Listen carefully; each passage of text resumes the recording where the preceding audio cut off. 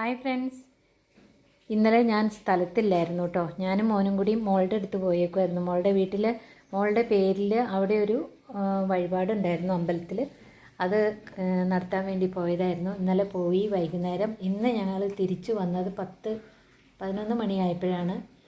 അപ്പോൾ വന്നതിന് ശേഷം ചോറ് വെച്ചത്. മുട്ട പൊരിച്ചു, പിന്നെ തൈരുണ്ട്, ചോറ്, വെള്ളരിക്കയും പരിപ്പും കൂടിയും ഒരു തേങ്ങ അരച്ച കറി വെച്ചു, മുട്ട പുഴുങ്ങി, പിന്നെ പയറ് മെഴുക്കുവരട്ടി ഉണ്ടാക്കി. കുറച്ച് ഉണ്ടാക്കുള്ളൂ, ഞാനും മോനും മാത്രമല്ലേ ഉള്ളൂ. ഇത് പുതിയ പാത്രം മോൻ വാങ്ങിയത് കേട്ടോ, ഹോക്കിൻസിൻ്റെ.